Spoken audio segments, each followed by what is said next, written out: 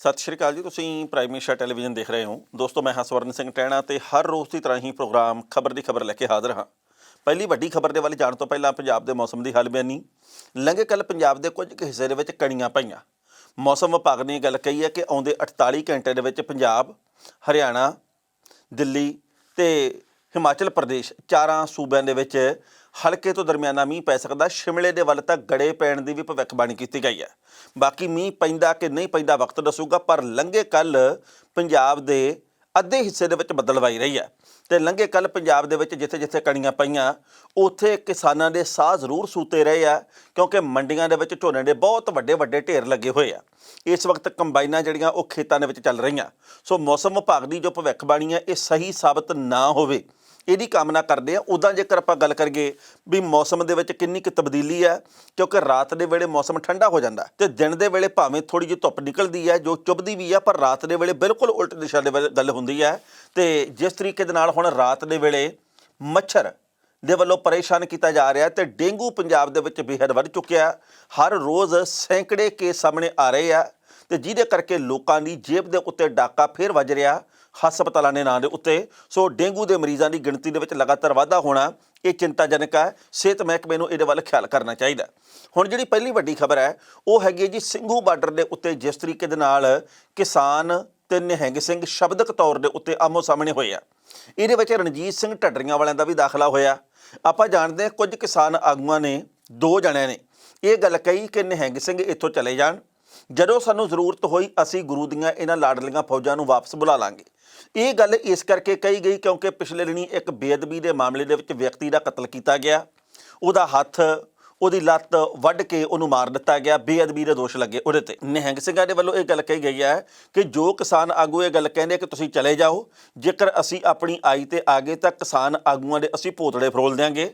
27 ਤਰੀਕ ਨੂੰ ਇੱਕ ਮਹੱਤਵਪੂਰਨ ਮੀਟਿੰਗ ਰੱਖੀ ਗਈ ਹੈ ਇਸ ਮਾਮਲੇ ਦੇ ਉੱਤੇ ਤੇ ਪਤਾ ਲੱਗਾ ਜੀ ਕਿ ਉਦੋਂ ਕੋਈ ਮਹੱਤਵਪੂਰਨ ਵਿਚਾਰ ਚਰਚਾ ਵੀ ਹੋਣੀ ਹੈ ਇਸ ਮਾਮਲੇ ਤੇ। ਬਾਕੀ ਵਕਤ ਦੱਸੂਗਾ ਜੀ ਕਿ ਕੀ ਆਉਂਦੇ ਸਮੇਂ 'ਚ ਬਣਦਾ। ਪਰ ਨਿਹੰਗ ਸਿੰਘਾਂ ਨੇ ਗੱਲ ਕਹੀ ਹੈ ਕਿ ਅਸੀਂ ਪੰਜਾਬ ਦੀ, ਦੇਸ਼ ਦੀ ਜਨਤਾ ਦੇ ਕੋਲੋਂ ਇਸ ਸਵਾਲ ਦਾ ਉੱਤਰ ਮੰਗਦੇ ਹਾਂ ਕਿ ਕੀ ਸਾਨੂੰ ਵਾਪਸ ਚਲੇ ਜਾਣਾ ਚਾਹੀਦਾ ਜਾਂ ਇੱਥੇ ਸੰਘਰਸ਼ ਦੇ ਵਿੱਚ ਬੈਠੇ ਰਹਿਣਾ ਚਾਹੀਦਾ। ਜੇ ਤਾਂ ਤੁਸੀਂ ਕਹਿੰਦੇ ਹੋ ਕਿ ਅਸੀਂ ਵਾਪਸ ਚਲੇ ਜਾਗੇ ਤਾਂ ਵਾਪਸ ਚਲੇ ਜਾਂਦੇ ਹਾਂ, ਜੇ ਕਹਿੰਦੇ ਹੋ ਕਿ ਇੱਥੇ ਬੈਠੇ ਰਹਿਗੇ ਤਾਂ ਇੱਥੇ ਬੈਠੇ ਰਹਿੰਦੇ ਹਾਂ। ਪਰ ਇਸ ਮਾਮਲੇ ਦਾ ਫਾਇਦਾ ਜਿਹੜਾ ਭਾਵੇਂ ਕਿਸਾਨ ਆਗੂ ਨਿਹੰਗ ਸਿੰਘਾਂ ਨੂੰ ਕੁਝ ਕਹਿਣ, ਭਾਵੇਂ ਨਿਹੰਗ ਸਿੰਘ ਕਿਸਾਨਾਂ ਨੂੰ ਕੁਝ ਕਹਿਣ, ਭਾਵੇਂ ਢੱਡਰੀਆਂ ਵਾਲੇ इस वक्त निहंगां दे बारे कोई गल करन, भावें निहंग उन्हां नूं उत्तर देण, इहदे करके बाछां केंद्र दी सरकार दीयां खड़ियां होईयां। उन्हां दे वल्लों जो कुछ सोचिया जा रहा सी वो बिल्कुल उवें चल रहा। उन्हां नूं इस गल दी बड़ी तसल्ली हो गई है भी आपस दे विच लड़दे हुंदे आ ते आपस दे विच लड़ी जांदे आ। कल मेरी किसान आगू मनजीत सिंह राय दे नाल भी गलबात होई है, जिहड़े संयुक्त किसान मोर्चे दे सीनियर आगू आ। उन्होंने ये गल कही है जी कि भलके संयुक्त किसान मोर्चे की एक महत्वपूर्ण मीटिंग होनी है। मैं सवाल किया कि की तुहाडी निहंग ਸਿੰਘਾਂ ਦੇ ਨਾਲ भी कोई मीटिंग हो सकती है भी जो कुछ बीते दे विच तुसीं कह लिया जां असीं कह लिया उहदे ते मिट्टी पाओ, सब इकट्ठे होकर चलते हैं। वो कहने जी कि ये भी संभव हो सकता है, शायद इस तरीके की कोई मीटिंग होवे भी आउंदे समय दे विच। उन्होंने ये गल कही है जी कि असीं निहंग ਸਿੰਘਾਂ ਦੇ ਨਾਲ कोई नफरत नहीं करते, ਅਸੀਂ ਚਾਹੁੰਦੇ जी कि वो इत्थे डट के बैठे रहन। सानू उन्हां दा बहुत आसरा, उन्होंने साडा बहुत आसरा, क्योंकि मसला साडा इक्को ही है, खेती कानून रद्द करवाने केंद्र की सरकार के खिलाफ साडी लड़ाई है। पर जदों आउंदी है बंदा वड्डण की गल जां बेअदबी की गल, उस वक्त गोदी मीडिया के वल्लों ते सरकारां वल्लों बीजेपी के वल्लों जिवें भंडिया जांदा है तो किसान अंदोलन नूं जिवें झटका लगता है, ये भी गल तो असीं मुनकर नहीं हुंदे गे। सो बहुत सारे इस विषय के उत्ते नुकते है जिहड़े कि समय समय के उत्ते कई लोग उठा रहे हैं। कई लोग हुण निहंग ਸਿੰਘਾਂ नूं माड़ा चंगा कह रहे हैं, कुछ लोग किसानां नूं गालां कढी जांदे आ, कई लोग ढड्डरियां वालिਆਂ ਨੂੰ गालां कढी जांदे आ ते ਜਿਹੜੇ गालां ਕੱਢਦੇ ਉਹਨਾਂ ਦੇ ਪੱਲੇ गालां ही होर है भी कुछ नहीं गा। विचारधारक मतभेद हो सकते हैं, तुहाडी राय हो सकती है कि फलाना बंदा गलत है, मेरी नज़र 'ਚ फलाना सही है। पर ਧੀਆਂ ਭੈਣਾਂ ਦੀਆਂ गालां कढी जाणीਆਂ ਇਹ ਕਿਹੜੇ ਅਸੀਂ महान ग्रंथ ਦੇ ਵਿੱਚ ਲਿਖਿਆ ਪੜ੍ਹਿਆ, ਇਹ ਅਸੀਂ ਕਿਹੜੀਆਂ ਕਿਤਾਬਾਂ ਦੇ ਵਿੱਚ ਪੜ੍ਹਿਆ, ਸਾਨੂੰ ਇਹ ਸਿੱਖਿਆ ਕਿਹਨੇ ਦਿੱਤੀ ਹੈ। ਸੋ ਲੋਕ ਆਪਦੀਆਂ ਭੜਾਸਾਂ ਕੱਢਣ ਨੂੰ ਹੀ ਦੇਸ਼ ਦੇ ਲਈ, ਸਮਾਜ ਦੇ ਲਈ ਇੱਕ ਯੋਗਦਾਨ ਮੰਨਣ ਲੱਗ ਪਏ ਆ।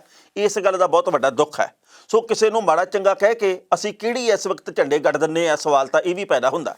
ਉਸ ਤੋਂ ਅਗਲੀ ਤੇ ਮਹੱਤਵਪੂਰਨ ਗੱਲ ਇਹ ਹੈ ਕਿ ਜੋ ਲਖਬੀਰ ਸਿੰਘ ਦਾ ਕਤਲ ਹੋਇਆ ਉਸ ਮਾਮਲੇ ਦੇ ਵਿੱਚ ਹਰ ਰੋਜ਼ ਨਵੀਆਂ ਕਨਸੂਆਂ ਪ੍ਰਾਪਤ ਹੋ ਰਹੀਆਂ। ਲਖਬੀਰ ਸਿੰਘ ਦੀ ਭੈਣ ਦੇ ਵੱਲੋਂ ਇਹ ਗੱਲ ਕਹੀ ਗਈ ਹੈ ਕਿ ਪਿਛਲੇ ਕੁਝ ਦਿਨਾਂ ਤੋਂ ਲਖਬੀਰ ਸਿੰਘ ਨੂੰ ਕੋਈ ਫੋਨ ਆਉਂਦਾ ਸੀ। ਸੰਧੂ ਨਾਂ ਦਾ ਇੱਕ ਬੰਦਾ ਸੀ, ਜਿਹੜਾ ਕਿ ਫੋਨ ਕਰਦਾ ਸੀ ਤੇ ਲਖਵੀਰ ਸਿੰਘ ਨੂੰ ਜਦੋਂ ਫੋਨ ਆਉਂਦਾ ਸੀ ਉਹ ਉਰੇ ਪਰੇ ਹੋ ਜਾਂਦਾ ਸੀ, ਕਦੇ ਕਮਰੇ 'ਚ ਵੜ ਕੇ ਸੁਣਦਾ ਸੀ, ਕਦੇ ਪਰੇ ਜਾ ਕੇ ਸੁਣਦਾ ਸੀ। ਤੇ ਉਹ ਇਹ ਵੀ ਗੱਲ ਕਹਿਣਾ ਸੀ ਕਿ ਹੁਣ ਮੇਰੀ ਵੱਡੇ ਲੋਕਾਂ ਨਾਲ ਗੱਲਬਾਤ ਹੋ ਗਈ ਹੈ। ਭੈਣ ਨੇ ਇਹ ਸਵਾਲ ਕੀਤਾ ਵੀ ਇਸ ਗੱਲ ਦਾ ਪਤਾ ਲਾਉਣਾ ਚਾਹੀਦਾ ਕਿ ਸੰਧੂ ਕੌਣ ਆ, ਇਹ ਕਾਲ ਡਿਟੇਲ ਦੇ ਬਾਬਤ ਵੇਰਵਾ ਲੈਣਾ ਚਾਹੀਦਾ, ਕਿਹਦੇ ਨਾਲ ਕਦੋਂ ਗੱਲ ਹੁੰਦੀ ਰਹੀ ਹੈ ਪਿਛਲੇ ਹਫ਼ਤੇ, 2 ਹਫ਼ਤੇ, 3 ਹਫ਼ਤਿਆਂ ਦੇ ਵਿੱਚ। ਮੌਤ ਤੋਂ ਪਹਿਲਾਂ ਬੇਅਦਬੀ ਦੀ ਜਿਹੜੀ ਆਪਾਂ ਗੱਲ ਕੀਤੀ ਆ ਉਸ ਤੋਂ ਪਹਿਲਾਂ ਕਿਹਦੇ ਨਾਲ ਉਹਦੀ ਗੱਲ ਹੋਈ ਸੀ। ਤੇ ਵੱਡੀ ਗੱਲ ਇਹ ਆ ਕਿ ਜਿਹੜਾ ਬੰਦਾ 50 ਰੁਪਏ ਘਰੋਂ ਲੈ ਕੇ ਗਿਆ ਹੋਵੇ ਕੰਮ ਲੱਭਣ ਦੇ ਲਈ ਝਬਾਲ ਮੰਡੀ ਵੱਲ, ਉਧਾਰੇ ਉਹ ਵੀ, ਤੇ ਉਹ ਬੰਦਾ 50 ਰੁਪਈਆਂ ਦੇ ਵਿੱਚ 600-650 ਕਿਲੋਮੀਟਰ ਕਿਵੇਂ ਤੈਅ ਕਰ ਗਿਆ, ਇਹਦੇ ਉੱਤੇ ਵੀ ਚਰਚਾ ਹੋਣੀ ਚਾਹੀਦੀ ਹੈ, ਇਹਦੀ ਪੜਤਾਲ ਹੋਣੀ ਚਾਹੀਦੀ ਹੈ। ਉਹਨੂੰ ਕਿਹੜੇ ਬੰਦੇ ਲੈ ਕੇ ਗਏ, ਕੀ ਨਸ਼ੇ ਦਾ ਲਾਲਚ ਦੇ ਕੇ ਲੈ ਕੇ ਗਏ, ਕੀ ਪੈਸੇ ਦਾ ਲਾਲਚ ਦੇ ਕੇ ਲੈ ਕੇ ਗਏ। ਸੋ ਇਹੋ ਜਿਹੇ ਬਹੁਤ ਸਾਰੇ ਸਵਾਲ ਉੱਠ ਰਹੇ ਆ। ਤੇ ਜੇਕਰ ਕੁੰਡਲੀ ਪੁਲਿਸ ਇਸ ਮਾਮਲੇ ਦੇ ਉੱਤੇ ਪੜਤਾਲ ਦਿਲੀ ਤੌਰ ਦੇ ਉੱਤੇ ਕਰਨਾ ਚਾਹੇ ਤਾਂ ਵਿੱਚੋਂ ਕਈ ਨਵੀਆਂ ਗੱਲਾਂ ਲੱਭਣ ਦੀ ਆਸ ਹੈ। ਇਹਦੇ ਨਾਲ ਹੀ ਹੁਣ ਮੁੱਦਾ ਇੱਕ ਹੋਰ ਭਖ ਗਿਆ, ਕਿਉਂਕਿ ਜਿਸ ਦਿਨ ਲਖਬੀਰ ਸਿੰਘ ਦਾ ਸੰਸਕਾਰ ਕਰਨਾ ਸੀ, ਪਿੰਡ ਦੇ ਕੁਝ ਲੋਕਾਂ ਨੇ ਇਹਦੇ ਉੱਤੇ ਇਤਰਾਜ਼ ਜ਼ਾਹਰ ਕੀਤਾ। ਉਹਨਾਂ ਨੇ ਕਿਹਾ ਜੀ ਕਿ ਬੇਅਦਬੀ ਦੇ ਮਾਮਲੇ ਦਾ ਦੋਸ਼ੀ ਹੈ, ਅਸੀਂ ਸੰਸਕਾਰ ਨਹੀਂ ਹੋਣ ਦੇਣਾ। ਬਾਅਦ ਦੇ ਵਿੱਚ ਪਿੰਡ ਵਾਲਿਆਂ ਨੇ ਕੋਈ ਸਾਥ ਨਹੀਂ ਦਿੱਤਾ, ਬਹੁ ਗਿਣਤੀ ਨੇ ਕੁਝ ਕੁ ਲੋਕਾਂ ਨੇ ਸੰਸਕਾਰ ਕੀਤਾ। ਹੁਣ ਇਸ ਮਾਮਲੇ ਦੇ ਉੱਤੇ ਬੀਜੇਪੀ ਦੇ ਪੰਜਾਬ ਦੇ ਸਾਬਕਾ ਪ੍ਰਧਾਨ ਤੇ ਵਰਤਮਾਨ ਚੇਅਰਮੈਨ ਹੈ ਜਿਹੜੇ SC/ST ਕਮਿਸ਼ਨ ਦੇ, ਵਿਜੇ ਸਾਂਪਲਾ, ਉਹਨਾਂ ਦੇ ਵੱਲੋਂ ਗੱਲ ਕਹੀ ਗਈ ਹੈ ਕਿ ਪ੍ਰਸ਼ਾਸਨ ਤੇ ਸਰਕਾਰ ਇਸ ਗੱਲ ਨੂੰ ਯਕੀਨੀ ਬਣਾਵੇ ਕਿ ਲਖਬੀਰ ਸਿੰਘ ਦੇ ਭੋਗ ਨੂੰ ਮਰਿਆਦਾ ਮੁਤਾਬਕ, ਸਿੱਖ ਮਰਿਆਦਾ ਮੁਤਾਬਕ ਪਾਇਆ ਜਾਊਗਾ, ਨਹੀਂ ਤਾਂ ਇਸ ਮਾਮਲੇ ਦੇ ਉੱਤੇ ਇਤਰਾਜ਼ ਉੱਠਣੇ ਹੋਰ ਵੀ ਕੁਦਰਤੀ ਆ। ਹੁਣ ਦੇਖੋ ਗੱਲ ਇਹ ਜੀ ਕਿ ਇਹ ਮਾਮਲਾ ਦਲਿਤ ਭਾਈਚਾਰੇ ਦਾ ਤੇ ਉਧਰੋਂ ਬੀਜੇਪੀ ਦਾ, ਇਹ ਦੋਨੋਂ ਗੱਲਾਂ ਮਹੱਤਵਪੂਰਨ ਆ ਵੀ ਇਹ ਬਣਦਾ ਜਾ ਰਿਹਾ।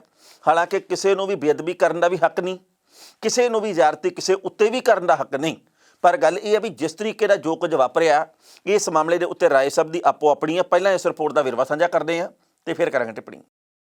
ਨੈਸ਼ਨਲ SC ਕਮਿਸ਼ਨ ਦੇ ਚੇਅਰਮੈਨ ਵਿਜੇ ਸਾਂਪਲਾ ਨੇ ਅਕਾਲ ਤਖਤ ਸਾਹਿਬ ਦੇ ਜਥੇਦਾਰ ਗਿਆਨੀ ਹਰਪ੍ਰੀਤ ਸਿੰਘ ਨੂੰ ਪੱਤਰ ਲਿਖ ਕੇ ਬੇਨਤੀ ਕੀਤੀ ਹੈ ਕਿ ਸਿੰਘੂ ਬਾਰਡਰ ਤੇ ਕਿਸਾਨ ਸੰਗਠਨਾਂ ਦੇ ਅੰਦੋਲਨ ਵਾਲੀ ਥਾਂ ਤੇ ਬੇਰਹਿਮੀ ਨਾਲ ਕਤਲ ਕੀਤੇ ਗਏ ਅਨੁਸੂਚਿਤ ਜਾਤੀ ਦੇ ਲਖਬੀਰ ਸਿੰਘ ਦਾ ਭੋਗ ਸਿੱਖ ਧਰਮ ਮੁਤਾਬਕ ਪਵਾਇਆ ਜਾਵੇ। ਸਾਂਪਲਾ ਨੇ ਕਿਹਾ ਤੁਹਾਨੂੰ ਇਸ ਦੀ ਜਾਣਕਾਰੀ ਹੋਵੇਗੀ ਹੀ। ਉਸ ਦੇ ਅੰਤਮ ਸੰਸਕਾਰ ਤੇ ਕੁਝ ਲੋਕਾਂ ਖਾਸ ਕਰਕੇ ਸਤਿਕਾਰ ਕਮੇਟੀ ਵੱਲੋਂ ਇਹ ਕਹਿੰਦੇ ਹੋਏ ਕਿ ਗੁਰੂ ਗ੍ਰੰਥ ਸਾਹਿਬ ਜੀ ਦੀ ਉਹਨਾਂ ਨੇ ਬੇਅਦਬੀ ਕੀਤੀ ਹੈ ਤੇ ਉਸ ਦੇ ਅੰਤਮ ਸੰਸਕਾਰ ਦੇ ਉੱਤੇ ਸਿੱਖ ਮਰਿਆਦਾ ਮੁਤਾਬਕ ਅਰਦਾਸ ਨਹੀਂ ਕਰਨ ਦਿੱਤੀ ਗਈ। ਪੱਤਰ ਦੇ ਜ਼ਰੀਏ ਸਾਂਪਲਾ ਨੇ ਕਿਹਾ ਕਿ ਵਾਇਰਲ ਵੀਡੀਓ ਦੇ ਵਿੱਚ ਕੁਝ ਲੋਕ ਤੜਫਦੇ ਹੋਏ ਲਖਬੀਰ ਸਿੰਘ ਦੇ ਕੋਲ ਖੜੇ ਹੋ ਕੇ ਬੋਲ ਰਹੇ ਨੇ ਕਿ ਇਹਨੇ ਬੇਅਦਬੀ ਕੀਤੀ ਹੈ, ਪਰ ਸੱਚ ਤਾਂ ਇਹ ਹੈ ਕਿ ਇਸ ਸੰਬੰਧ ਦੇ ਵਿੱਚ ਹੁਣ ਤੱਕ ਕੋਈ ਵੀ ਵੀਡੀਓ ਜਾਂ ਫਿਰ ਫੋਟੋ ਪ੍ਰਮਾਣ ਦੇ ਰੂਪ ਦੇ ਵਿੱਚ ਸਾਹਮਣੇ ਨਹੀਂ ਆਈ ਜਿਸ ਨਾਲ ਸਾਬਤ ਹੋ ਸਕੇ ਕਿ ਇਸ ਵਿਅਕਤੀ ਨੇ ਬੇਅਦਬੀ ਕੀਤੀ ਹੈ। ਸਾਂਪਲਾ ਨੇ ਕਿਹਾ ਕਿ ਵੀਡੀਓ ਜੋ ਸਾਹਮਣੇ ਆਏ ਨੇ ਉਹਨਾਂ ਵਿੱਚੋਂ ਇੱਕ ਦੇ ਵਿੱਚ ਜ਼ਮੀਨ ਦੇ ਉੱਤੇ ਪਿਆ ਲਖਬੀਰ ਸਿੰਘ ਬੇਰਹਿਮੀ ਨਾਲ ਕੱਟੇ ਹੱਥ ਦੇ ਨਾਲ ਕੁਰਲਾਉਂਦਾ ਹੋਇਆ ਦਿਸ ਰਿਹਾ। ਦੂਜੇ ਵੀਡੀਓ ਦੇ ਵਿੱਚ ਉਸ ਨੂੰ ਸੰਯੁਕਤ ਕਿਸਾਨ ਮੋਰਚੇ ਦੇ ਮੁੱਖ ਮੰਚ ਦੇ ਕੋਲ ਉਲਟਾ ਟੰਗਿਆ ਗਿਆ ਤੇ ਤੀਜੇ ਵੀਡੀਓ ਦੇ ਵਿੱਚ ਉਸ ਨੂੰ ਬੈਰੀਕੇਡ ਦੇ ਨਾਲ ਟੰਗਿਆ ਹੋਇਆ। ਜਦੋਂ ਤੱਕ ਪੁਲਿਸ ਦੀ ਜਾਂਚ ਪੜਤਾਲ ਦੇ ਵਿੱਚ ਸਾਬਤ ਨਹੀਂ ਹੋ ਜਾਂਦਾ ਕਿ ਗੁਰੂ ਗ੍ਰੰਥ ਸਾਹਿਬ ਜੀ ਦੀ ਬੇਅਦਬੀ ਉਸ ਨੇ ਕੀਤੀ ਹੈ, ਉਦੋਂ ਤੱਕ ਉਸ ਨੂੰ ਦੋਸ਼ੀ ਨਹੀਂ ਮੰਨਿਆ ਜਾਣਾ ਚਾਹੀਦਾ। ਉਂਝ ਵੀ ਵਾਇਰਲ ਵੀਡੀਓ ਦੇ ਵਿੱਚ ਉੱਥੇ ਖੜੇ ਨਿਹੰਗ ਸਿੰਘ ਆਪਣੇ ਆਪ ਬੋਲ ਰਹੇ ਨੇ ਕਿ ਲਖਬੀਰ ਸਿੰਘ ਸਰਬ ਲੋਕ ਗ੍ਰੰਥ ਦੀ ਪੋਥੀ ਲੈ ਕੇ ਭੱਜ ਰਿਹਾ ਸੀ। ਪੰਜਾਬ ਭਰ ਦੇ ਵਿੱਚ ਖਾਸ ਕਰਕੇ ਬਾਰਡਰ ਦੇ ਜ਼ਿਲ੍ਹਿਆਂ ਦੇ ਵਿੱਚ ਬਹੁਤ ਸਾਰੀਆਂ ਸੰਸਥਾਵਾਂ ਵੱਲੋਂ ਧਰਮ ਪਰਿਵਰਤਨ ਦੀ ਮੁਹਿੰਮ ਚਲਾਈ ਜਾ ਰਹੀ ਹੈ, ਜਿਸ ਦੇ ਨਾਲ ਦਲਿਤ ਸਿੱਖਾਂ ਨੂੰ ਖਾਸ ਕਰਕੇ ਨਿਸ਼ਾਨੇ ਤੇ ਲੈ ਕੇ ਵੱਡੀ ਗਿਣਤੀ ਦੇ ਵਿੱਚ ਧਰਮ ਪਰਿਵਰਤਨ ਕੀਤਾ ਗਿਆ ਤੇ ਹੁਣ ਵੀ ਜ਼ੋਰ ਸ਼ੋਰ ਦੇ ਨਾਲ ਕੀਤਾ ਜਾ ਰਿਹਾ। ਨਾਲ ਹੀ ਉਹਨਾਂ ਨੇ ਮੰਗ ਕੀਤੀ ਹੈ ਕਿ ਜੇਕਰ ਇਸ ਤਰੀਕੇ ਦੀ ਗੱਲ ਹੋਏਗੀ ਕਿ ਅਰਦਾਸ ਨਹੀਂ ਕਰਨੀ, ਭੋਗ ਦੀ ਰਸਮ ਦਾ ਵਿਰੋਧ ਕਰਨਾ, ਤਾਂ ਦਲਿਤਾਂ ਦੇ ਵਿੱਚ ਨਿਰਾਸ਼ਾ ਹੋਰ ਵੱਧਦੀ ਹੈ। ਸੋ ਇਸ ਤਰੀਕੇ ਦੇ ਨਾਲ ਧਰਮ ਪਰਿਵਰਤਨ ਦੀ ਮੁਹਿੰਮ ਨੂੰ ਤੇਜ਼ੀ ਮਿਲਦੀ ਹੈ। ਇਸ ਖਬਰ ਦੇ ਉੱਤੇ ਟਿੱਪਣੀ ਕਰਨ ਦੋਸਤੋ ਪਹਿਲੀ ਗੱਲ ਤਾਂ ਅਸੀਂ ਕਹਾਂਗੇ ਜਿਸ ਤਰੀਕੇ ਦੇ ਨਾਲ ਜੋ ਕੁਝ ਵਾਪਰ ਰਿਹਾ ਇਹਦੇ ਕਰਕੇ ਜੋ ਕੇਂਦਰ ਦੀ ਸਰਕਾਰ ਆ ਉਹਦਾ ਖੁਸ਼ ਹੋਣਾ ਕੁਦਰਤੀ ਹੈ। ਉਹਨਾਂ ਨੂੰ ਇਸ ਮੌਕੇ ਦੀ ਉਡੀਕ ਸੀ ਤੇ ਇਹ ਮੌਕਾ ਉਹਨਾਂ ਨੂੰ ਪ੍ਰਦਾਨ ਹੋ ਗਿਆ। ਇਸ ਤੋਂ ਪਹਿਲਾਂ ਕਦੇ ਕੋਈ ਕਾਂਡ, ਕਦੇ ਕੋਈ ਕਾਂਡ, ਕਦੇ ਕੋਈ ਕਾਂਡ, ਜਿਹਦੇ ਕਰਕੇ ਸਮੇਂ-ਸਮੇਂ ਦੇ ਉੱਤੇ ਕਿਸਾਨਾਂ ਦੇ ਉੱਤੇ ਕਈ ਤਰ੍ਹਾਂ ਦੀਆਂ ਟਿੱਪਣੀਆਂ ਬੀਜੇਪੀ ਦੇ ਵੱਖ-ਵੱਖ ਲੋਕਾਂ ਨੂੰ ਕਰਨ ਦਾ ਮੌਕਾ ਮਿਲਿਆ। ਹੁਣ ਉਹਨਾਂ ਦੇ ਹੱਥ ਦੇ ਵਿੱਚ ਇੱਕ ਫਿਰ ਬਹੁਤ ਵੱਡਾ ਮੁੱਦਾ ਆ ਗਿਆ। ਇਹ ਉਸ ਵੇਲੇ ਆਇਆ ਜਦੋਂ ਇਸ ਗੱਲ ਦੀ ਆਸ ਸੀ ਕਿ ਦੀਵਾਲੀ ਤੱਕ ਕੇਂਦਰ ਦੀ ਸਰਕਾਰ ਕਿਸਾਨਾਂ ਦੀਆਂ ਮੰਗਾਂ ਮੰਨਣ ਵਾਸਤੇ ਸ਼ਾਇਦ ਕੋਈ ਨਾ ਕੋਈ ਮੀਟਿੰਗ ਕਰ ਲਵੇ, ਇਸ ਗੱਲ ਦੀ ਆਸ ਵੱਜ ਰਹੀ ਸੀ। ਉੱਤੋਂ ਇਹ ਖਬਰ ਆ ਗਈ ਜਿਹਦੇ ਕਰਕੇ ਬੀਜੇਪੀ ਦੇ ਆਗੂ ਇਹ ਸ਼ਾਇਦ ਸੋਚਦੇ ਆ ਕਿ ਜੀ ਆਪਸ ਦੇ ਵਿੱਚ ਫਸੇ ਰਹਿਣਗੇ ਤੇ ਚਲੋ ਕੋਈ ਗੱਲ ਨਹੀਂ, ਫਸੇ ਰਹਿਣ ਦਿਓ, ਸਾਨੂੰ ਕੀ ਹੈ। ਸੋ ਇਸ ਵੇਲੇ ਰਣਜੀਤ ਸਿੰਘ ਢੱਡਰੀਆਂ ਵਾਲਿਆਂ ਦੇ ਵੱਲੋਂ ਵੀ ਸਬੂਤਾਂ ਦੀ ਮੰਗ ਕੀਤੀ ਗਈ ਹੈ। ਲੋਕ ਉਹਨਾਂ ਨੂੰ ਵੀ ਤੱਤੇ ਭਾਰੇ ਸ਼ਬਦਾਂ ਦੀ ਕਈ ਵਰਤੋਂ ਕਰ ਰਹੇ ਆ। ਕਈ ਲੋਕ ਇਹ ਵੀ ਗੱਲ ਕਹਿੰਦੇ ਵੀ ਉਹਨਾਂ ਨੇ ਬਿਲਕੁਲ ਦਰੁਸਤ ਸਵਾਲ ਚੁੱਕੇ ਆ। ਇਹ ਸਵਾਲ ਚੁੱਕਣੇ ਸਮੇਂ ਦੀ ਲੋੜ ਹੈ। ਕਈ ਲੋਕ ਨਿਹੰਗ ਸਿੰਘਾਂ ਦੇ ਪੱਖ ਦੇ ਵਿੱਚ ਹੈ। ਸੋ ਤੁਸੀਂ ਕਿਸੇ ਦੇ ਵੀ ਪੱਖ 'ਚ ਹੋ ਸਕਦੇ ਆ, ਪਰ ਆਪਸ ਦੇ ਵਿੱਚ ਭਿੜਨਾ ਇਸ ਵਕਤ ਵਾਜਬ ਨਹੀਂ। ਆਪਣੀ ਇੱਕ ਬਹੁਤ ਵੱਡੀ ਸਮੱਸਿਆ ਕਿ ਅਸੀਂ ਜਦੋਂ ਕਿਸੇ ਚੀਜ਼ ਦੇ ਫੈਸਲਾ ਕੁਨ ਸਥਿਤੀ ਦੇ ਵਿੱਚ ਆਉਂਦੇ ਆ, ਨਤੀਜੇ ਦੇ ਉੱਤੇ ਪਹੁੰਚਦੇ ਹਾਂ ਤਾਂ ਆਪਸ ਦੇ ਵਿੱਚ ਭਿੜਨ ਲੱਗ ਪੈਂਦੇ ਆ ਤੇ ਅਸੀਂ ਗਾਲਾਂ ਕੱਢਣ ਲੱਗ ਪੈਂਦੇ ਆ। ਗਾਲਾਂ ਦੇ ਨਾਲ ਜੇ ਤਾਂ ਅੱਜ ਤੱਕ ਕੋਈ ਜੰਗ ਜਿੱਤੀ ਆ ਤਾਂ ਫਿਰ ਤਾਂ ਹੁਣ ਹੋਰ ਕੱਢ ਲੈਣੀਆਂ ਚਾਹੀਦੀਆਂ, ਨਹੀਂ ਤਾਂ ਆਪਣੇ ਕੋਲੇ ਸ਼ਬਦ ਇੰਨੇ ਕੁ ਹੋਣੇ ਚਾਹੀਦੇ ਆ, ਮਰਿਆਦਾ ਦੇ ਦਾਇਰੇ ਦੇ ਵਿੱਚ ਰਹਿਣਾ ਚਾਹੀਦਾ, ਸਾਡੇ ਕੋਲੇ ਸੰਜੀਦਗੀ ਇੰਨੀ ਕੁ ਹੋਣੀ ਚਾਹੀਦੀ ਹੈ ਕਿ ਤੋਲ ਕੇ ਬੋਲਿਆ ਜਾਵੇ। ਕਿਸੇ ਨੂੰ ਹੋ ਸਕਦਾ ਢੱਡਰੀਆਂ ਵਾਲਿਆਂ ਦਾ ਇੱਕ ਵੀ ਵਿਚਾਰ ਪਸੰਦ ਨਾ ਹੋਵੇ ਪਰ ਮਰਿਆਦਾ 'ਚ ਰਹੋ, ਕਿਸੇ ਨੂੰ ਹੋ ਸਕਦਾ ਨਿਹੰਗ ਸਿੰਘਾਂ ਦੀ ਇੱਕ ਵੀ ਕਾਰਵਾਈ ਪਸੰਦ ਨਾ ਹੋਵੇ ਤਾਂ ਵੀ ਉਹਨਾਂ ਨੂੰ ਗਾਲ ਕੱਢਣ ਦਾ ਕੋਈ ਹੱਕ ਨਹੀਂ, ਕਿਸੇ ਨੂੰ ਹੋ ਸਕਦਾ ਕਿਸਾਨਾਂ ਦੇ ਵੱਲੋਂ ਕੀਤਾ ਜਾ ਰਿਹਾ ਅੰਦੋਲਨ ਪਸੰਦ ਨਾ ਹੋਵੇ ਪਰ ਉਹਨਾਂ ਨੂੰ ਵੀ ਗਾਲ ਕੱਢਣ ਦੀ ਕੀ ਤੁੱਕ ਹੈ, ਕਿਉਂਕਿ ਸਾਡਾ ਤਾਂ ਤਿੰਨਾਂ ਦੇ ਵਿੱਚੋਂ ਕਿਸੇ ਵਿੱਚ ਵੀ ਕੋਈ ਯੋਗਦਾਨ ਨਹੀਂ। ਜਿਹੜੇ ਵੀ ਲੋਕ ਗਾਲਾਂ ਕੱਢਦੇ ਆ ਉਹਨਾਂ ਲੋਕਾਂ ਦਾ ਇਹਨਾਂ ਤਿੰਨਾਂ ਪਾਸਿਆਂ ਦੇ ਵਿੱਚੋਂ ਕਿਹੜੇ ਕੰਮ ਦੇ ਵਿੱਚ ਯੋਗਦਾਨ ਆ, ਪਹਿਲਾਂ ਤਾਂ ਇਸ ਗੱਲ ਦੀ ਆਪਣੇ ਆਪ ਪੜਚੋਲ ਕਰਨੀ ਚਾਹੀਦੀ ਹੈ। ਸੋ ਇਹ ਕਿਸਾਨ ਅੰਦੋਲਨ ਲੰਮੇ ਸਮੇਂ ਵਾਸਤੇ ਚੱਲਣ ਦੀ ਥਾਂ ਤੇ ਛੇਤੀ ਹੀ ਕੇਂਦਰ ਦੀ ਸਰਕਾਰ ਮੰਗਾਂ ਮੰਨ ਕੇ ਸਮਾਪਤ ਹੋ ਜੇ, ਇਸ ਗੱਲ ਦੀ ਅਸੀਂ ਕਾਮਨਾ ਕਰਦੇ ਹਾਂ। ਪਰ ਕਿਸਾਨਾਂ ਨੇ ਇਹ ਗੱਲ ਕਹੀ ਹੈ ਵੀ ਸਮੇਂ ਦੇ ਨਾਲ ਬਹੁਤ ਸਾਰੀਆਂ ਚੁਣੌਤੀਆਂ ਆਈਆਂ, ਬਹੁਤ ਵਾਰ ਕਿਸਾਨ ਸੰਘਰਸ਼ ਡਾਵਾਂ ਡੋਲ ਹੋਇਆ ਪਰ ਇਹ ਫੇਰ ਲੀਹ ਦੇ ਉੱਤੇ ਚੜ੍ਹਿਆ, ਇਹ ਫੇਰ ਲੀਹ ਦੇ ਉੱਤੇ ਅਸੀਂ ਚੜ੍ਹਾ ਲੈਣਾ। ਕਿਸਾਨਾਂ ਦੇ ਵੱਲੋਂ ਬਹੁਤ ਵੱਡੇ ਪੱਧਰ ਦੇ ਉੱਤੇ ਸਾਥ ਦਿੱਤਾ ਜਾ ਰਿਹਾ ਤੇ ਉਹਨਾਂ ਨੇ ਕਿਹਾ ਕਿ ਨਿਹੰਗ ਸਿੰਘਾਂ ਦੇ ਨਾਲ ਜੋ ਵੀ ਸਾਡੀ ਗੱਲਬਾਤ ਚੱਲੀ ਹੈ ਇਹਨੂੰ ਅਸੀਂ ਛੇਤੀ ਹੱਲ ਕਰ ਲਾਂਗੇ ਤੇ ਸੰਧੂ ਦੀ ਭਾਲ ਹੋਣੀ ਚਾਹੀਦੀ ਹੈ ਕਿ ਸੰਧੂ ਕਿਹੜਾ ਜਿਹਨੇ ਇਹ ਸਾਰੇ ਪੁਆੜੇ ਪਾਏ, ਜਿਹਨੇ ਇਹ ਸਾਰੇ ਪਿੱਟਣੇ ਪਾਏ ਆ। ਗੁਰਮੀਤ ਰਾਮ ਰਹੀਮ ਯਾਨੀ ਕਿ ਡੇਰਾ ਸਿਰਸਾ ਦਾ ਮੁਖੀ, ਰੋਹਤਕ ਦੀ ਸੁਨਾਰੀਆ ਜੇਲ੍ਹ ਦੇ ਵਿੱਚ ਲੰਮੇ ਸਮੇਂ ਤੋਂ ਬੰਦ, ਉਹਨੂੰ ਇੱਕ ਵਾਰ ਫਿਰ ਬਹੁਤ ਵੱਡੀ ਮੁਸ਼ਕਲ ਦੇ ਵਿੱਚੋਂ ਗੁਜ਼ਰਨਾ ਪਊਗਾ। ਹੈ ਤਾਂ ਮੁਸ਼ਕਲ 'ਚ ਹੀ ਹੁਣ ਵੀ, ਪਰ ਹੋਰ ਮੁਸ਼ਕਲ ਦੇ ਵਿੱਚ ਵਾਧਾ ਹੋਇਆ ਕਿਉਂਕਿ ਗੁਰਮੀਤ ਰਾਮ ਰਹੀਮ ਨੂੰ 20 ਸਾਲਾ ਸਜ਼ਾ ਹੋਰ ਹੋ ਗਈ ਅਤੇ 31 ਲੱਖ ਰੁਪਏ ਦਾ ਜੁਰਮਾਨਾ। 20 ਸਾਲਾ ਸਜ਼ਾ ਦਾ ਮਤਲਬ ਇਹ ਹੈ ਕਿ ਉਹਨੂੰ 60 ਸਾਲ ਦੀ ਸਜ਼ਾ ਸੁਣਾਈ ਜਾ ਚੁੱਕੀ ਹੈ, ਕਿਉਂਕਿ 10-10 ਸਾਲ ਦੀ 2 ਮਾਮਲਿਆਂ ਦੇ ਵਿੱਚ ਸਾਧਵੀਆਂ ਦੇ ਨਾਲ ਸਰੀਰਕ ਸ਼ੋਸ਼ਣ ਦੀ, 20 ਸਾਲਾ ਸਜ਼ਾ ਯਾਨੀ ਕਿ ਉਮਰ ਕੈਦ ਦੀ ਸੁਣਾਈ ਗਈ ਸੀਗੀ ਛਤਰਪਤੀ ਕਤਲਕਾਂਡ ਦੇ ਮਾਮਲੇ 'ਚ। ਹੁਣ ਰਣਜੀਤ ਸਿੰਘ ਕਤਲਕਾਂਡ ਮਾਮਲਾ ਜਿਹੜਾ ਕਿ 2002 ਨਾਲ ਜੁੜਿਆ ਹੋਇਆ, ਇਸ ਮਾਮਲੇ ਦੇ ਵਿੱਚ ਉਹਨੂੰ ਹੋਰ ਸਜ਼ਾ ਸੁਣਾ ਦਿੱਤੀ ਗਈ ਹੈ, 60 ਸਾਲ ਹੋ ਗਏ। ਪਰ ਕਿਉਂਕਿ ਦੋਵੇਂ ਉਮਰ ਕੈਦ ਦੀਆਂ ਸਜ਼ਾਵਾਂ ਬਰਾਬਰ ਚੱਲਣੀਆਂ, ਇਸ ਕਰਕੇ 20 ਵਿੱਚੋਂ ਕੱਢ ਦਿਓ 40 ਰਹਿ ਗਏ। ਸੋ ਜੇਕਰ ਸਰਕਾਰਾਂ ਰਿਆਇਤ ਵੀ ਵਰਤਣ, ਕਿਉਂਕਿ ਸਰਕਾਰ ਦੇ ਕੋਲੇ ਇੱਕ ਅਧਿਕਾਰ ਹੁੰਦਾ ਜਿਹੜਾ ਕਿ 6-7 ਸਾਲ ਦੀ ਸਜ਼ਾ ਉਹ ਕੱਟ ਸਕਦੇ ਆ ਜੇਕਰ ਕਿਸੇ ਕੈਦੀ ਦਾ ਚਾਲ ਚੱਲਣ ਸਹੀ ਹੋਵੇ, ਤਾਂ ਵੀ ਗੁਰਮੀਤ ਰਾਮ ਰਹੀਮ 81 ਸਾਲ ਦੀ ਉਮਰ ਤੱਕ ਜੇਲ੍ਹ ਦੇ ਵਿੱਚ ਬੰਦ ਰਹੂਗਾ। ਅੱਜ ਇਹ ਅੰਕੜਾ ਸਾਹਮਣੇ ਆਇਆ। ਸੋ ਸਰਕਾਰ ਜਿੰਨੀ ਮਰਜ਼ੀ ਰਿਆਇਤ ਕਰ ਲਵੇ, 81 ਸਾਲ ਦੀ ਉਹਦੀ ਉਮਰ ਹੋ ਜਾਣੀ ਹੈ। ਇਹਨਾਂ ਸਾਰੇ ਮਾਮਲਿਆਂ 'ਚੋਂ ਬਚਦੇ ਆ। ਤੇ ਅਗਲੀ ਗੱਲ ਇਹ ਹੈ ਕਿ ਸਾਧੂਆਂ ਨੂੰ ਨਪੁੰਸਕ ਕਰਨ ਦਾ ਮਾਮਲਾ ਮਗਰ ਰੇਲ ਗੱਡੀ ਵਾਂਗੂ ਭੱਜਿਆ ਆਉਂਦਾ, ਉਸ ਮਾਮਲੇ ਦੇ ਵਿੱਚ ਵੀ ਆਉਂਦੇ ਸਮੇਂ 'ਚ ਸ਼ਾਇਦ ਕੋਈ ਕਾਰਵਾਈ ਹੋਵੇ। ਪਰ ਗੁਰਮੀਤ ਰਾਮ ਰਹੀਮ ਸਮੇਤ ਬਾਕੀ ਜਿਹੜੇ ਹੋਰ 4 ਜਣੇ ਯਾਨੀ ਕਿ ਕੁੱਲ 5 ਜਣਿਆਂ ਨੂੰ ਲੰਘੇ ਕੱਲ੍ਹ CBI ਦੀ ਮਾਣਯੋਗ ਅਦਾਲਤ ਦੇ ਵੱਲੋਂ ਉਮਰ ਕੈਦ ਦੀ ਸਜ਼ਾ ਸੁਣਾਈ ਗਈ ਹੈ। ਬਾਕੀ 4 ਦੋਸ਼ੀਆਂ ਨੂੰ 50-50 ਹਜ਼ਾਰ ਰੁਪਏ ਦਾ ਜੁਰਮਾਨਾ ਕਿਹਾ ਗਿਆ ਤੇ 31 ਲੱਖ ਰੁਪਏ ਦਾ ਜੁਰਮਾਨਾ ਜਿਹੜਾ ਉਹ ਗੁਰਮੀਤ ਰਾਮ ਰਹੀਮ ਨੂੰ ਦੇਣ ਦੀ ਗੱਲ ਕੀਤੀ ਗਈ ਹੈ ਵੀ ਉਹ ਜੁਰਮਾਨਾ ਅਦਾ ਕਰੇ। ਸੋ ਇਸ ਮਾਮਲੇ ਨੂੰ ਹੁਣ ਪਤਾ ਲੱਗਾ ਕਿ CBI ਦੀ ਅਦਾਲਤ ਦੇ ਫੈਸਲੇ ਨੂੰ ਪੰਜਾਬ ਤੇ ਹਰਿਆਣਾ ਹਾਈ ਕੋਰਟ ਦੇ ਵਿੱਚ ਚੁਣੌਤੀ ਦੇਣ ਦੀ ਗੱਲ ਵੀ ਹੋਈ ਹੈ। ਇਹ ਅਧਿਕਾਰ ਆ, ਇਹ ਅਧਿਕਾਰ ਗੁਰਮੀਤ ਰਾਮ ਰਹੀਮ ਦੇ ਕੋਲੇ ਹੈਗਾ। ਜੇ ਮੰਨ ਲਓ ਹਾਈ ਕੋਰਟ ਦੇ ਵਿੱਚ ਨਹੀਂ ਸੁਣਵਾਈ ਹੁੰਦੀ ਤਾਂ ਫਿਰ ਹੋ ਸਕਦਾ ਸੁਪਰੀਮ ਕੋਰਟ ਦਾ ਰੁਖ ਵੀ ਕੀਤਾ ਜਾਵੇ। ਪਰ ਕਹਿਣ ਦਾ ਭਾਵ ਇਹ ਹੈ ਕਿ ਇਹ ਉਹ ਵੇਲਾ ਸੀ ਚੋਣਾਂ ਦਾ ਜਦੋਂ ਕਿ ਆਸ ਵੱਜ ਰਹੀ ਸੀ ਕਿ ਗੁਰਮੀਤ ਰਾਮ ਰਹੀਮ ਨੂੰ ਸ਼ਾਇਦ ਪੈਰੋਲ ਮਿਲ ਜਾਵੇ ਚੋਣਾਂ ਦੇ ਕਰਕੇ, ਪੈਰੋਕਾਰਾਂ ਕਰਕੇ, ਪ੍ਰੇਮੀਆਂ ਦੇ ਕਰਕੇ, ਵੋਟਾਂ ਦੇ ਕਰਕੇ। ਪਰ ਹੁਣ ਇਸ ਗੱਲ ਦੀ ਆਸ ਵੱਜਦੀ ਨਹੀਂ ਕਿ ਇਹਨਾਂ ਹੀਰਨਾਂ ਦੇ ਵਿੱਚ ਨਵੇਂ ਕੇਸ ਦੇ ਵਿੱਚ ਸਜ਼ਾ ਹੋਈ ਹੈ ਤੇ ਫਿਰ ਪੁਰਾਣੇ ਕੇਸਾਂ ਦੇ ਵਿੱਚ ਕਿਵੇਂ ਉਹਨੂੰ ਜ਼ਮਾਨਤ ਮਿਲ ਸਕਦੀ ਹੈ, ਪੈਰੋਲ ਮਿਲ ਸਕਦੀ ਹੈ। ਪਹਿਲਾਂ ਇਸ ਰਿਪੋਰਟ ਦਾ ਵੇਰਵਾ ਤੇ ਫਿਰ ਕਰਾਂਗੇ ਟਿੱਪਣੀ। ਰਣਜੀਤ ਸਿੰਘ ਕਤਲਕਾਂਡ ਦੇ ਮਾਮਲੇ ਦੇ ਵਿੱਚ ਉਮਰ ਕੈਦ ਦੀ ਸਜ਼ਾ ਤੋਂ ਬਾਅਦ ਡੇਰਾ ਸੱਚਾ ਸੌਦਾ ਮੁਖੀ ਗੁਰਮੀਤ ਰਾਮ ਰਹੀਮ ਦਾ ਹੁਣ ਲੰਮੇ ਸਮੇਂ ਤੱਕ ਜੇਲ੍ਹ ਦੇ ਵਿੱਚ ਬੰਦ ਰਹਿਣਾ ਪੱਕਾ ਹੋ ਗਿਆ। ਜੇ ਕਾਨੂੰਨੀ ਨਜ਼ਰੀਏ ਤੇ ਜੇਲ੍ਹ ਦੇ ਨਿਯਮਾਂ ਦੇ ਹਿਸਾਬ ਨਾਲ ਵੇਖੀਏ ਤਾਂ ਸੂਬਾ ਸਰਕਾਰ ਦੇ ਕੋਲੋਂ ਰਾਮ ਰਹੀਮ ਨੂੰ ਕੁਝ ਕੁ ਰਿਆਇਤ ਹੀ ਮਿਲ ਸਕਦੀ ਹੈ। ਪਰ ਕਿਸੇ ਵੀ ਤਰ੍ਹਾਂ ਦੀ ਸਜ਼ਾ ਮਾਫੀ ਦੀ ਰਿਆਇਤ ਤੋਂ ਬਾਅਦ ਵੀ ਗੁਰਮੀਤ ਰਾਮ ਰਹੀਮ ਨੂੰ ਘੱਟੋ ਘੱਟ 2046 ਤੱਕ ਜੇਲ੍ਹ ਦੇ ਵਿੱਚ ਬੰਦ ਰਹਿਣਾ ਪਵੇਗਾ। ਉਦੋਂ ਤੱਕ ਰਿਹਾਈ ਹੋਣ ਦੀ ਸੂਰਤ ਦੇ ਵਿੱਚ ਉਹਦੀ ਉਮਰ 81 ਸਾਲ ਦੀ ਹੋ ਚੁੱਕੀ ਹੋਵੇਗੀ। ਗੁਰਮੀਤ ਰਾਮ ਰਹੀਮ ਨੂੰ ਰਣਜੀਤ ਹੱਤਿਆਕਾਂਡ ਦੇ ਮਾਮਲੇ 'ਚ 20 ਸਾਲ ਦੀ ਸਜ਼ਾ ਸੁਣਾਈ ਗਈ ਹੈ, ਯਾਨੀ ਕਿ ਉਮਰ ਕੈਦ। ਇਸ ਤੋਂ ਪਹਿਲਾਂ ਪੱਤਰਕਾਰ ਰਾਮਚੰਦਰ ਛਤਰਪਤੀ ਹੱਤਿਆਕਾਂਡ ਦੇ ਵਿੱਚ 20 ਸਾਲ ਦੀ ਸਜ਼ਾ ਸੁਣਾਈ ਗਈ ਸੀ। ਇਸ ਤੋਂ ਇਲਾਵਾ 2 ਸਾਧਵੀਆਂ ਦੇ ਨਾਲ ਸ਼ੋਸ਼ਣ ਦੇ ਮਾਮਲੇ 'ਚ 10-10 ਸਾਲ ਦੀ ਸਜ਼ਾ ਹੋਈ ਹੈ, ਜਿਹੜੀ ਕਿ ਫਿਲਹਾਲ ਚੱਲ ਰਹੀ ਹੈ। ਇਸ ਤਰ੍ਹਾਂ ਕੁੱਲ 60 ਸਾਲ ਦੀ ਕੈਦ ਹੋ ਚੁੱਕੀ ਹੈ। ਇਹਦੇ ਵਿੱਚੋਂ ਉਮਰ ਕੈਦ ਦੀਆਂ ਸਜ਼ਾਵਾਂ ਇੱਕੋ ਵੇਲੇ ਚੱਲਣਗੀਆਂ, ਯਾਨੀ ਕਿ 40 ਸਾਲ ਸਜ਼ਾ, 20 ਸਾਲ ਹੀ ਉਹਨੂੰ ਜੇਲ੍ਹ ਦੇ ਵਿੱਚ ਕੱਟਣੇ ਪੈਣਗੇ। ਪਰ ਸਾਧਵੀਆਂ ਨਾਲ ਸਰੀਰਕ ਸ਼ੋਸ਼ਣ ਦੇ ਮਾਮਲੇ ਦੇ ਵਿੱਚ ਇੱਕ ਸਜ਼ਾ ਖਤਮ ਹੋਣ ਤੋਂ ਬਾਅਦ ਦੂਜੀ ਸਜ਼ਾ ਸ਼ੁਰੂ ਹੋਵੇਗੀ, ਭਾਵ ਉਹਨੂੰ 20 ਸਾਲ ਕੈਦ ਦੇ ਵਿੱਚ ਰਹਿਣਾ ਪਵੇਗਾ। ਉਮਰ ਕੈਦ ਦੀਆਂ ਸਜ਼ਾਵਾਂ ਹਾਲੇ ਚੱਲ ਰਹੀਆਂ ਨੇ ਤੇ ਇਹਨਾਂ ਸਜ਼ਾਵਾਂ ਦੇ ਖਤਮ ਹੋਣ ਤੇ ਅਗਲੀ ਸਜ਼ਾ ਸ਼ੁਰੂ ਹੋਵੇਗੀ। ਇੱਥੇ ਵੀ ਦੱਸਣਾ ਬਣਦਾ ਹੈ ਕਿ ਕੁਝ ਕੁ ਮਾਮਲਿਆਂ ਦੇ ਵਿੱਚ ਉਹਨੂੰ ਸਜ਼ਾਵਾਂ ਦੇ ਵਿੱਚੋਂ ਛੋਟ ਮਿਲ ਸਕਦੀ ਹੈ। ਕਾਨੂੰਨਨ ਤੌਰ ਦੇ ਉੱਤੇ ਸੂਬਾ ਸਰਕਾਰ ਕੈਦੀ ਨੂੰ ਚੰਗੇ ਚਾਲ ਚੱਲਣ ਦੇ ਆਧਾਰ ਦੇ ਉੱਤੇ ਸਜ਼ਾ ਦੇ ਵਿੱਚ ਛੋਟ ਦੇ ਸਕਦੀ ਹੈ। ਉਮਰ ਕੈਦ ਦੇ ਮਾਮਲੇ ਵਿੱਚ ਇਹ ਛੋਟ ਵੱਧ ਤੋਂ ਵੱਧ 6 ਸਾਲ ਤੱਕ ਸਜ਼ਾ ਘੱਟ ਕਰਨ ਦੀ ਹੋ ਸਕਦੀ ਹੈ। ਹੋਰ ਸਜ਼ਾਵਾਂ ਦੇ ਮਾਮਲੇ ਵਿੱਚ ਵੱਧ ਤੋਂ ਵੱਧ ਕੈਦ ਦੀ 25% ਮਿਆਦ ਖਤਮ ਕੀਤੀ ਜਾ ਸਕਦੀ ਹੈ। ਇਸ ਆਧਾਰ ਦੇ ਉੱਤੇ ਜੇਕਰ ਮੁਲਾਂਕਣ ਕੀਤਾ ਜਾਵੇ ਤਾਂ ਚੰਗੀ ਚਾਲ ਚੱਲਣ ਦੇ ਨਾਂ ਦੇ ਉੱਤੇ ਹਰਿਆਣਾ ਸਰਕਾਰ ਦੀ ਰਿਆਇਤ ਦੇ ਬਾਵਜੂਦ ਗੁਰਮੀਤ ਰਾਮ ਰਹੀਮ ਨੂੰ ਫਿਲਹਾਲ ਚੱਲ ਰਹੀ ਸਾਧਵੀਆਂ ਦੇ ਨਾਲ ਸ਼ੋਸ਼ਣ ਦੀਆਂ 10-10 ਸਾਲ ਦੀਆਂ ਸਜ਼ਾਵਾਂ ਦੇ ਵਿੱਚੋਂ 2.5 ਸਾਲ ਭਾਵ 5 ਸਾਲ ਦੀ ਛੋਟ ਮਿਲ ਸਕਦੀ ਹੈ। ਇਸ ਹਿਸਾਬ ਦੇ ਨਾਲ 2017 ਦੇ ਵਿੱਚ ਸ਼ੁਰੂ ਹੋਈਆਂ ਇਹ ਸਜ਼ਾਵਾਂ 2038 ਦੀ ਬਜਾਏ 2032 ਤੱਕ ਖਤਮ ਹੋ ਸਕਦੀਆਂ ਨੇ। ਇਸ ਤੋਂ ਬਾਅਦ ਉਮਰ ਕੈਦ ਸ਼ੁਰੂ ਹੋਵੇਗੀ, ਜਿਹਦੇ ਵਿੱਚ 6 ਸਾਲ ਦੀ ਛੋਟ ਦੇ ਬਾਵਜੂਦ ਗੁਰਮੀਤ ਰਾਮ ਰਹੀਮ ਨੂੰ 14 ਸਾਲ ਜੇਲ੍ਹ ਦੇ ਵਿੱਚ ਬਿਤਾਉਣੇ ਪੈਣਗੇ।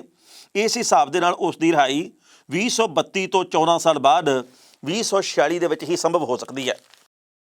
ਇਸ ਖਬਰ ਦੇ ਉੱਤੇ ਟਿੱਪਣੀ ਕਰਦੇ ਦੋਸਤੋ ਪਹਿਲੀ ਗੱਲ ਤਾਂ ਅਸੀਂ ਕਹਾਂਗੇ ਕਿ ਗੁਰਮੀਤ ਰਾਮ ਰਹੀਮ ਦੀਆਂ ਮੁਸ਼ਕਲਾਂ ਦੇ ਵਿੱਚ ਲਗਾਤਾਰ ਹੋਰ ਵਾਧਾ ਹੋ ਰਿਹਾ।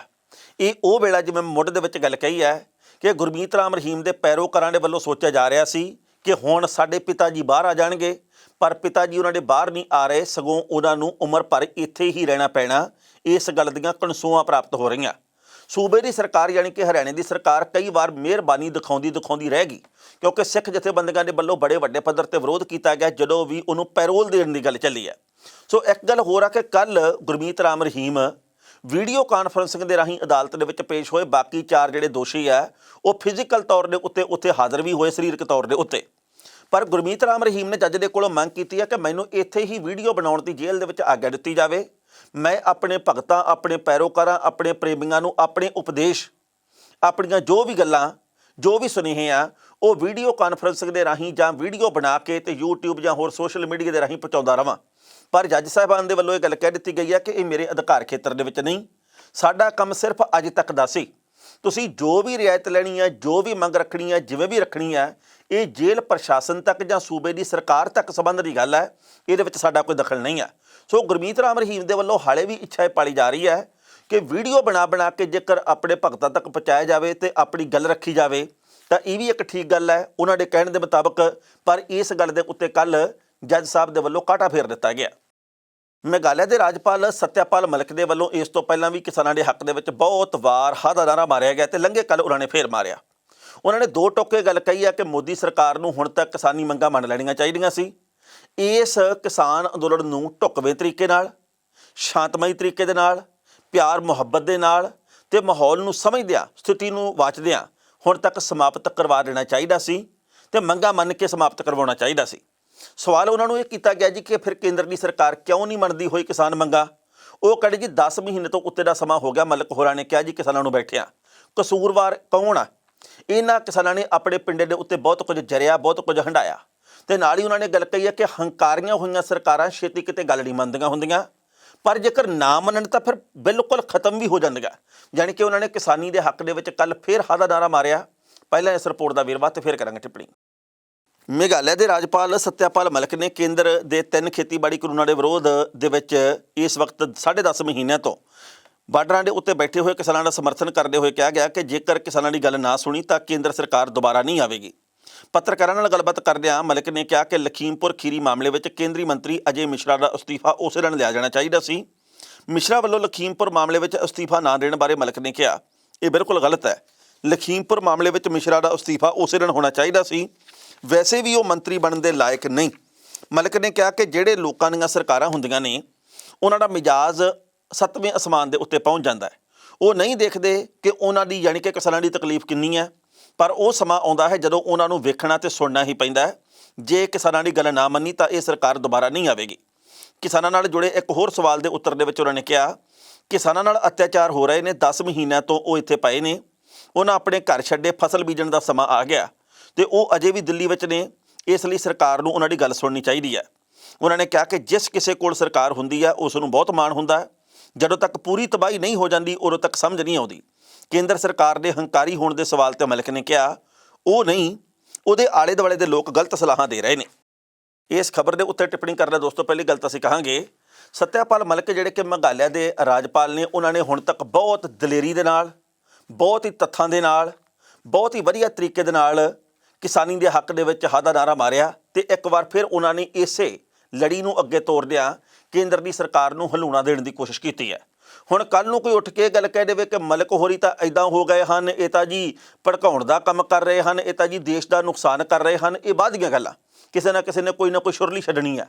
ਪਰ ਜੇਕਰ ਮਲਿਕ ਸਾਹਿਬ ਨੇ ਇਹ ਗੱਲਾਂ ਕਹੀਆਂ ਤਾਂ ਇਹਨਾਂ ਗੱਲਾਂ ਦੇ ਉੱਤੇ ਗੌਰ ਕਰਨੀ ਚਾਹੀਦੀ ਹੈ। ਸਤਿਆਪਾਲ ਮਲਿਕ ਤਾਂ ਕਿਸੇ ਦੇ ਸਿਖਾਏ ਹੋਏ ਨਹੀਂ ਹੋਣਗੇ, ਇਹ ਤਾਂ ਸੂਬੇ ਦੇ ਰਾਜਪਾਲ ਆ। ਰਾਜਪਾਲ ਦੇ ਹਿੱਸੇ ਦੇ ਵਿੱਚ ਜੋ ਵਿਚਾਰ ਵਡਮੁੱਲੇ ਆਉਂਦੇ ਆ ਉਹਨਾਂ ਨੇ ਪੇਸ਼ ਕੀਤੇ ਆ। ਸੋ ਇਸ ਕਰਕੇ ਕਿਸਾਨਾਂ ਦੀ ਨਹੀਂ ਤਾਂ ਫਿਰ ਇਹਨਾਂ ਦੀ ਮੰਨ ਲੈਣੀ ਚਾਹੀਦੀ ਆ। ਸੋ ਇਸ ਵਕਤ ਬੀਜੇਪੀ ਦੀ ਸਰਕਾਰ ਨੂੰ ਝੁਕਣਾ ਹੀ ਪੈਣਾ। ਕਿਸਾਨ ਆਗੂ ਵੀ ਇਹ ਗੱਲ ਕਹਿੰਦੇ ਆ ਤੇ ਸਤਿਆਪਾਲ ਮਲਿਕ ਤੇ ਬਹੁਤ ਸਾਰੇ ਹੋਰ ਰਾਜਨੀਤਿਕ ਪਾਰਟੀਆਂ ਦੇ ਆਗੂ ਵੀ ਇਹ ਗੱਲ ਕਹਿੰਦੇ ਆ। ਪਰ ਗੱਲ ਇਹ ਆ ਵੀ ਜਿੰਨਾ ਲੰਮਾ ਇਹ ਅੰਦੋਲਨ ਚੱਲਿਆ ਓਨੀ ਵੱਡੀ ਚੁਣੌਤੀ ਇਸ ਵਕਤ ਬੀਜੇਪੀ ਦੇ ਮੂਹਰੇ ਵੀ ਆ, ਕਿਉਂਕਿ ਚੋਣਾਂ ਮੂਹਰੇ ਆ ਗਈਆਂ। ਚੋਣਾਂ ਦੇ ਵਿੱਚ ਬਹੁਤ ਸਾਰੇ ਹਰਬੇ ਵਰਤੇ ਜਾਂਦੇ ਆ, ਪਰ ਕਿਸਾਨ ਆਗੂ ਕਹਿੰਦੇ ਵੀ ਅਸੀਂ ਵੀ ਸਮਝਦੇ ਆ ਵੀ ਇਹਨਾਂ ਨੇ ਕਿਹੜੇ ਹਰਬੇ ਵਰਤਣੇ ਆ। ਸੋ ਵਕਤ ਬਿਆਨ ਕਰੂਗਾ ਜੀ ਕਿ ਇਹ ਕਿਸਾਨ ਅੰਦੋਲਨ ਦੀ ਕਿਹੜੀ ਮੰਗ ਮੰਨਦੇ ਆ। ਪਰ ਵਿੱਚ ਵਿਚਾਲੇ ਖਬਰਾਂ ਆ ਰਹੀਆਂ ਕਿ ਕੁਝ ਕੁ ਮਾਮਲਿਆਂ ਦੇ ਉੱਤੇ ਕੇਂਦਰ ਦੀ ਸਰਕਾਰ ਚਾਹੁੰਦੀ ਆ ਕਿ ਕਿਸਾਨ ਥੋੜ੍ਹੇ ਜਿਹੇ ਲਿਫ ਜਾਣ ਤੇ ਕੁਝ ਕੁ ਮਾਮਲਿਆਂ ਦੇ ਉੱਤੇ ਅਸੀਂ ਝੁਕ ਜਾਂਦੇ ਆ। ਹੁਣ ਵਿਚਕਾਰਲਾ ਰਾਹ ਕੋਈ ਨਿਕਲੂਗਾ ਜਾਂ ਕਿਸਾਨੀ ਦੀਆਂ ਮੁਕੰਮਲ ਮੰਗਾਂ ਮੰਨੀਆਂ ਜਾਣਗੀਆਂ, ਇਹ ਵਕਤ ਨੇ ਬਿਆਨ ਕਰਨਾ। ਖਬਰਾਂ ਦੇ ਉੱਤੇ ਵਿਚਾਰ ਚਰਚਾ ਦੋਸਤੋ ਹੋਰ ਵੀ ਹੋ ਸਕਦੀ ਸੀ, ਪਰ ਜੋ ਵਕਤ ਦੀ ਘਾਟੇ ਰੁਕਣ ਦਾ ਇਸ਼ਾਰਾ ਕਰ ਰਹੀ ਹੈ। ਕੱਲ੍ਹ ਨੂੰ ਇਸੇ ਵੇਲੇ ਫਿਰ ਖਬਰ ਦੀ ਖਬਰ ਲੈ ਕੇ ਹਾਜ਼ਰ ਹੋਵਾਂਗੇ। ਉਦੋਂ ਤੱਕ ਲਈ ਆਗਿਆ ਦਿਓ। ਬਹੁਤ ਮਿਹਰਬਾਨੀ।